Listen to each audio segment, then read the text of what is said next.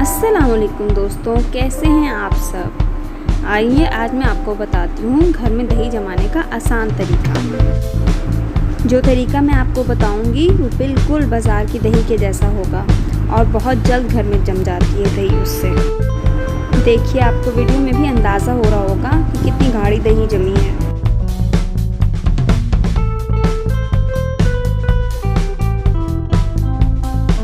सबसे पहले हम इसके लिए लेंगे 1 लीटर दूध। उसको आप माइक्रोवेव में 1 मिनट के लिए गर्म कर लें।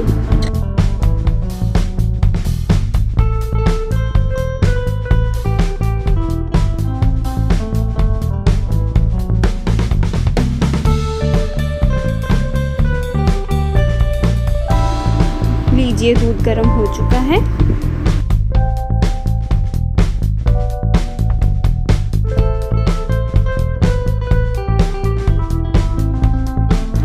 अब आप इस दूध में 1 चम्मच दही का पानी मिक्स कर लें।